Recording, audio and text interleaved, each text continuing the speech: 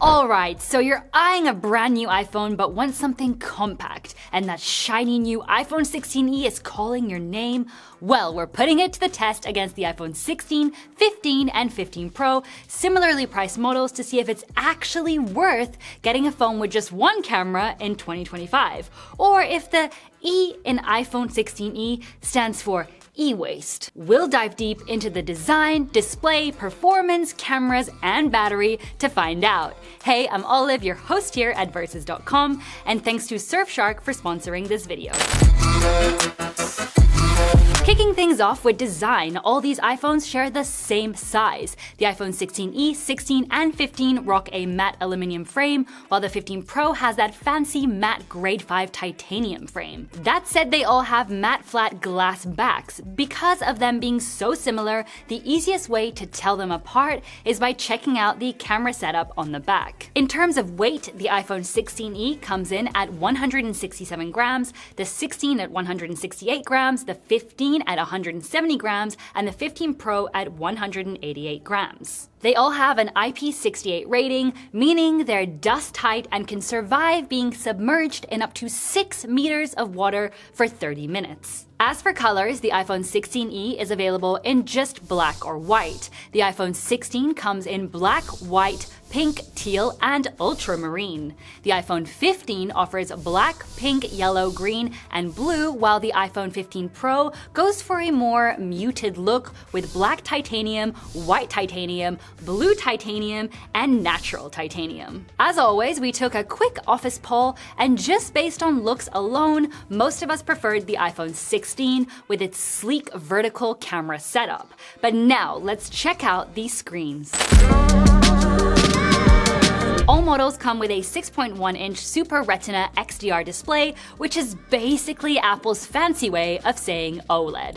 However, the iPhone 15 Pro comes with variable refresh rate and a 120Hz support, while the rest are stuck with a painfully outdated 60Hz. In our screen luminance test with simulated sunlight at 100,000 lux, we first measured the typical max brightness on a full white screen. The iPhone 16e reached 846 nits, the iPhone 16 hit 1060 nits, the iPhone 15 came in at 1055 nits, and the 15 Pro reached 1099 nits. Then we tested peak brightness by targeting only a fraction of the screen. The 16e barely changed at 827 nits, while the iPhone 16 jumped to 2255 nits, the iPhone 15 hit 2353 nits, and the iPhone 15 Pro peaked at 2364 nits, way brighter than their usual high brightness mode. Here's how these numbers stack up against Apple's official claims. For biometric security, all models come with Face ID. However, the iPhone 16e has basically the same screen as the iPhone 13, so you'll get a notch at the top. All the other iPhones feature the more modern dynamic island. For more information about screen resolution, pixel density, screen protection, and much more, feel free to pause the video right here. There's no doubt about it, the iPhone 16e has the most outdated screen with that notch and low brightness. Along with the 15 and 16, all three are stuck with 60Hz screens and thick bezels. The iPhone 15 Pro is the clear winner with the brightest display and 120Hz, which should really be the standard by now. Now, get your headphones ready because we're moving on to audio. All these iPhones come with two speakers, one at the bottom right, while the other grill houses the microphone, and another at the top, which also doubles as the earpiece.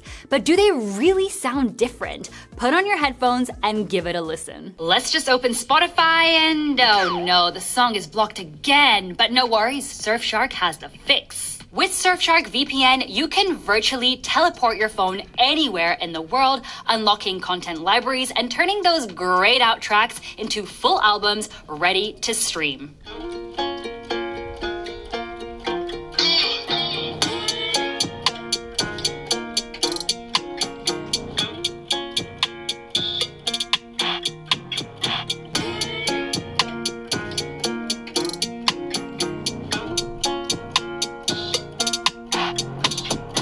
But that's not all. Surfshark also makes your browsing safer. Clean Web blocks ads, trackers, and malware, keeping your online activity private. And with camouflage mode, your VPN connection blends in like regular internet traffic. Need even more protection? Surfshark Antivirus doesn't just secure your connection, it also protects your phone or computer from threats. But wait, there's even more. Surfshark's Incogni helps wipe your personal data from data broker databases, giving you even more privacy. With one single subscription, you get unlimited device support for all your devices or even your whole family. Want to surf like a pro without leaving a trace? Get Surfshark VPN now with a massive 86% off plus 3 extra months free when you sign up for a 2-year plan. Grab that deal in the description below.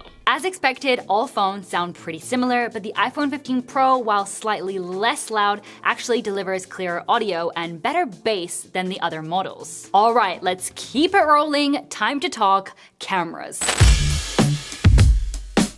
All iPhones come with a 48-megapixel main camera, and no, the so-called 2-in-1 camera in the 16e doesn't actually exist, it's just marketing fluff. While the iPhone 15 Pro technically has an older lens, in real-world use there's no noticeable difference in photo quality across the models. And honestly, the same goes for indoor shots. There are no obvious differences there either. When it comes to ultra-wide, all models pack 12-megapixel cameras, except for the iPhone 16e, which doesn't have one at all. Just like with the main camera, all iPhones with an ultra-wide lens perform pretty much identically. But as you can see here, if your iPhone 16e had an ultra-wide lens, you could have avoided that ugly fence in the shot. And here's an indoor example so you can really see how much more you can fit in the frame when shooting from the exact same distance with an ultra-wide lens. In portrait mode, using the main lens, you can clearly see that the iPhone 16e struggles the most with depth detection since it lacks a second lens to assist with this. Switching to 3x zoom, the iPhone 15 Pro uses its dedicated telephoto lens while the others rely on digital zoom. Here it's clear that the iPhone 15 Pro retains the most detail, while the 16e once again delivers the weakest result and can only shoot at a maximum 2x zoom. Also, keep in mind that portrait mode on the iPhone 16e only works with people and only at close range, so if you're trying to take a shot like this one, well, you're out of luck. Switching over to video with the main lens, all models can record at up to 4K 60 FPS, and just like with photos, there's no real difference across the models. And once again, here's another example of just how much more you can fit in an ultra-wide video compared to that so-called 2-in-1 camera on the 16e. Oh, and if you thought portrait mode on the iPhone 16e wasn't already crippled, guess what? It doesn't have cinematic mode at all. Yikes. On the front, all of them use the same 12-megapixel sensor, and once again, there's no real difference between them. Whether it's day or night, they all perform pretty much identically. For video, just like with daytime photos, there's basically no difference. All of them handle harsh highlights and deliver natural-looking skin tones. So now we're gonna move on to testing the audio on all of these devices, starting off with the 16e. What do you guys think? How do I sound over here? And then we're going to move on to the iPhone 16. Is it any better than the 16e? We should hope so, but what do we think? And then we have the iPhone 15. What do you guys think? Do I sound any better over here?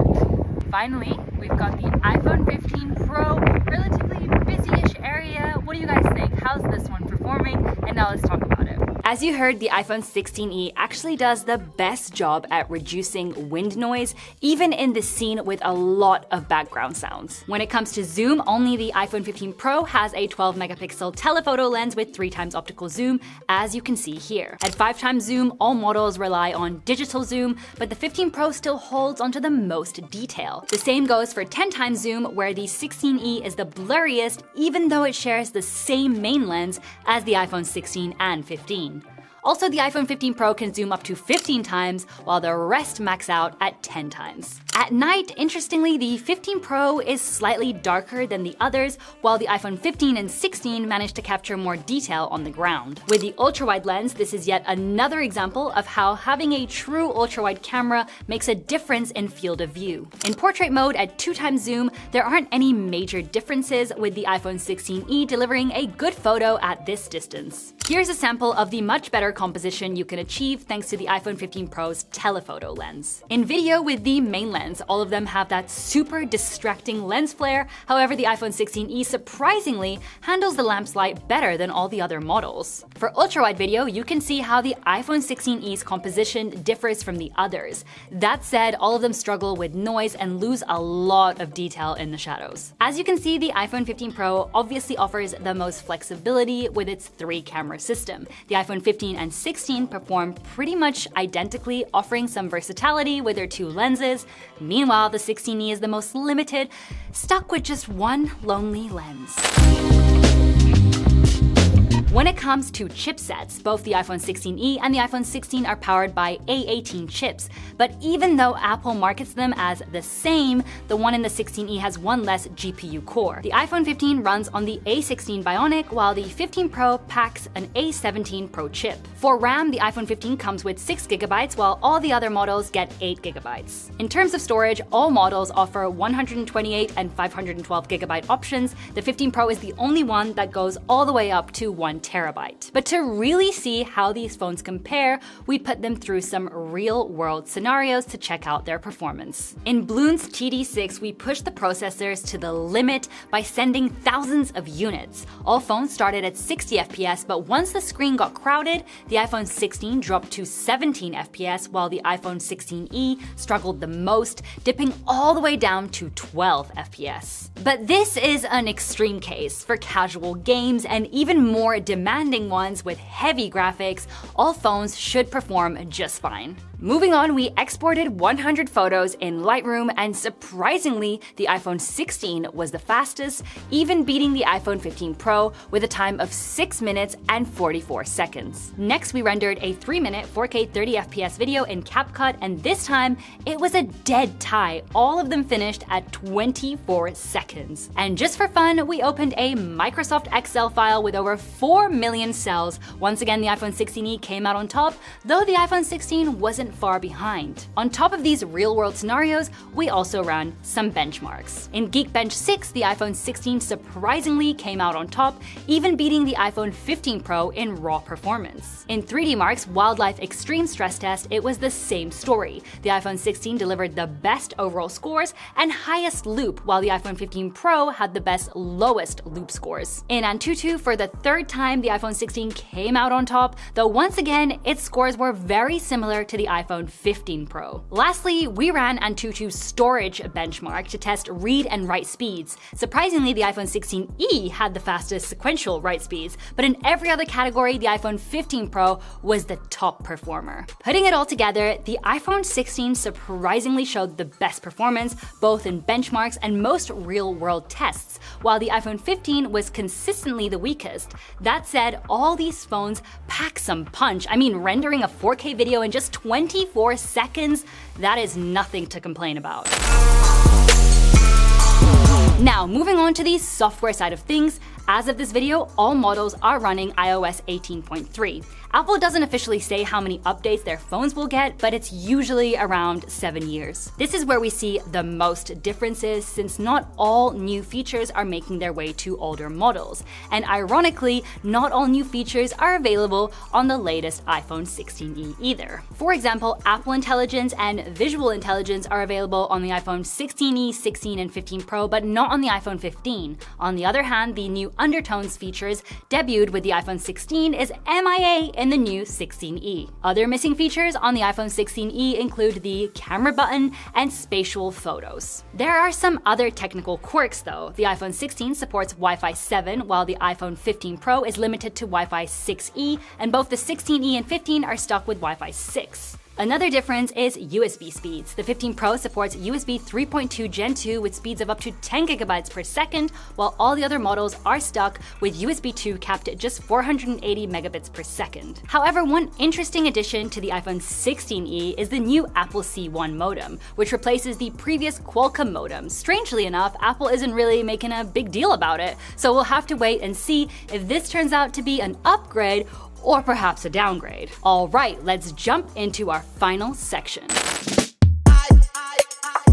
When it comes to batteries, the iPhone 15 Pro has the smallest one at 3,274 mAh, while the iPhone 16e packs the largest at 4,005 mAh. However, Apple rates the iPhone 15 with the shortest battery life, offering 20 hours of video playback, while the 16e offers the most with 26 hours of playback. In our charging test, we drained all the phones to 1% and then charged them using a Xiaomi 120 watts block with a hypercharged 6A cable. This charger, it's USB power delivery compatible, a fast charging protocol all these iPhones support. The iPhone 16 was the fastest, reaching 100% in 1 hour and 35 minutes with a peak speed of 25 watts. Meanwhile, the iPhone 15 was the slowest, taking 1 hour and 55 minutes to fully charge, maxing out at 23 watts, not very impressive to say the least. All models also support wireless charging, but there are some differences.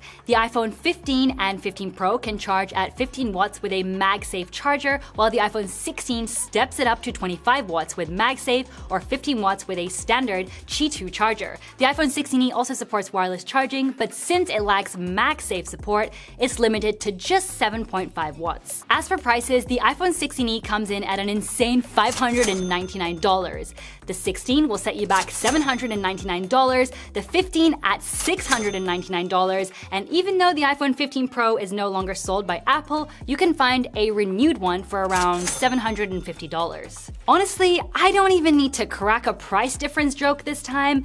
The iPhone 16e's price is already a joke. So, as you can see, the iPhone 16e doesn't really excel at anything and comes with a lot of compromises. For us, it only really makes sense as a company phone or perhaps as a gift. Some even suggest it's just a marketing trick to push buyers toward the pricier iPhone 16. Overall, the iPhone 16 and 15 Pro give you way more for your money, with the 15 Pro offering the most flexibility, especially when it comes to cameras. Of course, links to all of these devices can be found in the description below. And before you go, don't forget to give us a big thumbs up if you enjoyed this video and hit subscribe, as we're always testing new devices to help you make the best choice.